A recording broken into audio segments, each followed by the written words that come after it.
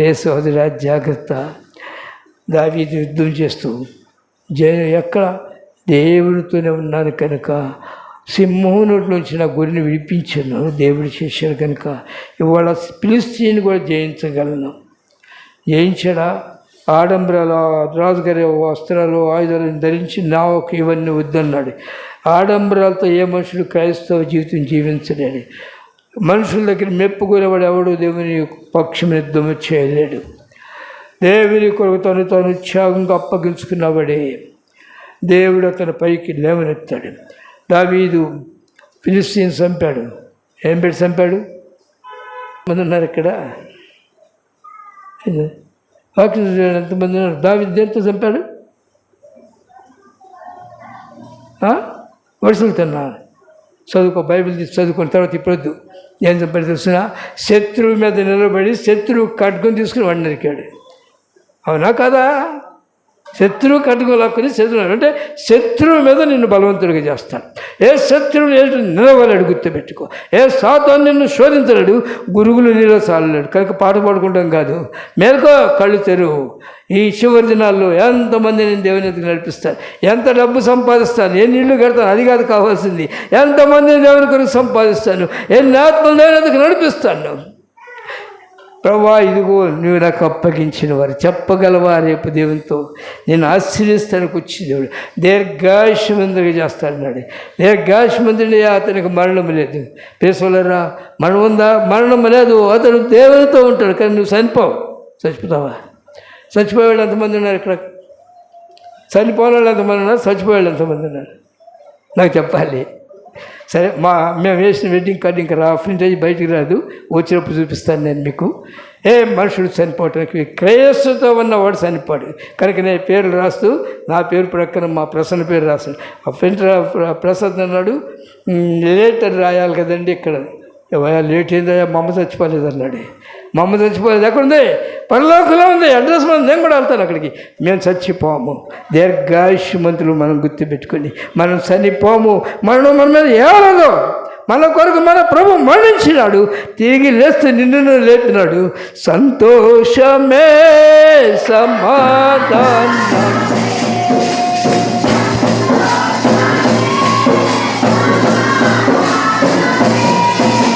సంతోషమే సమాధానమే చెప్పనా సఖ్యమైన సంతోషం, చెప్పనా సఖ్యం.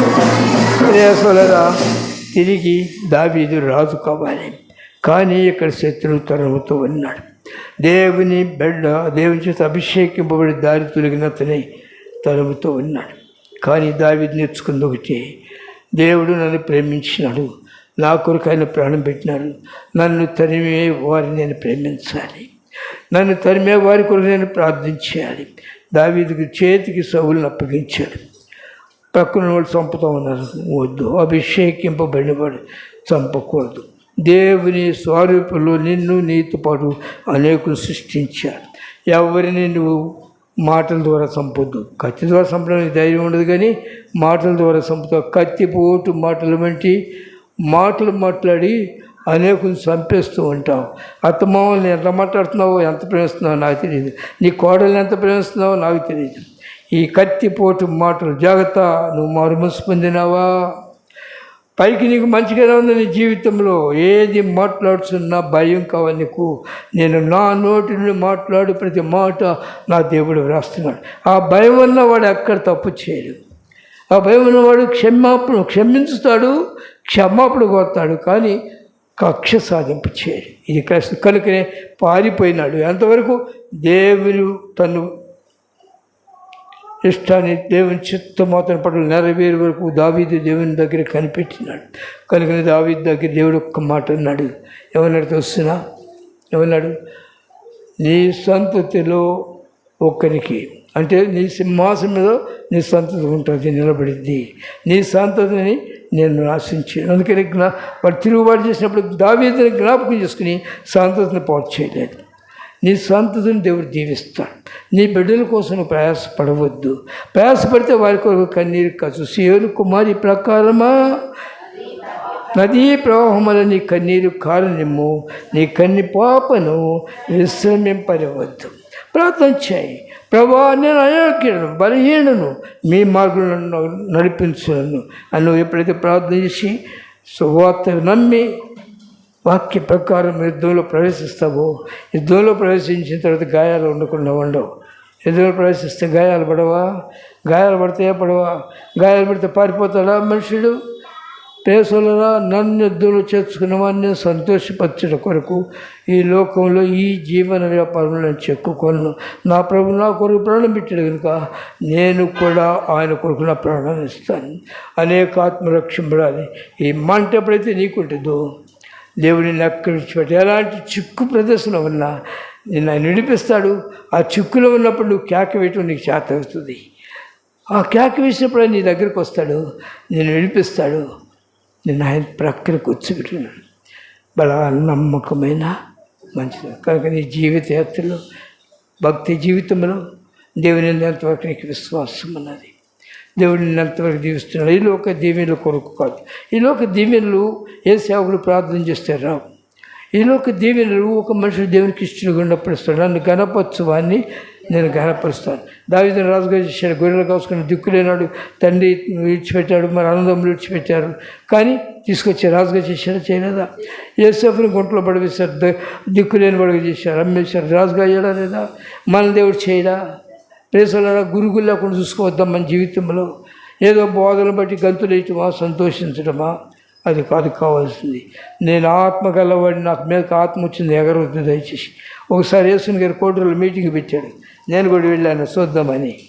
వెళ్తే ఆయన పక్కన కూర్చున్నాను, నేను పోయి ఆ పక్కన కూర్చున్నాను కుర్చీలో. కూర్చుంటే ఆయన బలిపేట మీదకి వెళ్ళే సమయంలో అంతా ఎగురుకుంటూ వస్తున్నారు. చీరలు పోతున్నాయి, ఓణీలు పోతున్నాయి, రోతగా వస్తున్నారు పైకి ఎగురుకుంటా. చాలులే మీ దొంగ యాక్షన్ ఆపండి అన్నాడు. నాకు ఇప్పటికీ గుర్తే. యాక్షన్ చేయకండి దయచేసి. దేవుని దృష్టిలో యథార్థంగా ఉండి యథార్థం బలపరచుటకు ఎవరి కన్నులు మోస్తావు? నీ కన్ను నువ్వే మూసుకుంటావు. గురువులు చల్లాడు ముయ్యబడి మహోన్నత మహిమ నేత్రములు ముయ్యబడినాయి. ఈ లోకపు నేత్రం. అందుకనే నువ్వేమవుతావో నీకు తెలియకుండా నువ్వు జీవిస్తూ ఉంటావు. అయితే నువ్వు వచ్చే వరకు, నువ్వు రక్షింపబడే వరకు, అంటే నీవు ఈ లోకాన్ని విడిచే వరకు ఆయన నీ దగ్గర నిలబడి ఆలస్యం చేస్తూ ఉంటాడు. అతడు వచ్చే వరకు నేను ఇక్కడ ఉంటాను. నీవు మరణించబోయే వరకు ఉంటాడు, ఉండి నిన్ను ఆదరిస్తాడు. అందుకనే యెహోవా మీకు దొరుకు కాలమందు ఆయన వెదకుడి, ఆయన సమీపం ఉండగా ఆయన వేడుకండి. ఏవి నేను రక్షించలేవు. క్రీస్తు నీ కొరకు చేతులు చాపుతూ ఉన్నాడు. ఆయన నువ్వు ప్రేమించాలి. మహోన్నతుడు ఆయన రెక్కలు నువ్వు జీవించాలి. నల్లని విషయం అంటే నువ్వు లోక విషయంలో ఆశించినప్పుడు ఆయన రెక్కల నుంచి ప్రక్కకి వెళ్ళినావు. పేసరా, కోడి పిల్లల కొరకు తన పస్తు ఉంటుంది. నువ్వు తీసుకుని ఆహారం వేసి తిన్నట్టు ఉంటుంది, కానీ ఒక గింజ కూడా తింటుంది. పొడి చేసి పిల్లల గొంతులు అడ్డం పడకుండా నూక చేసి పెడుతూ ఉంటుంది. అవి తింటూ ఉంటాయి, అదేమో పైకి చూస్తూ ఉంటుంది. పక్షిరాజు శత్రువు వచ్చినప్పుడు కేక వేస్తుంది. కేక వేయగానే అన్ని పోయి రెక్కల కింద ఉంటాయి. రెక్కల కింద ఉంటే ఆ పక్షి ఏమి చేయలేడు. మహోన్నతుడైన దేవుని రెక్కల కింద ఉన్నావు.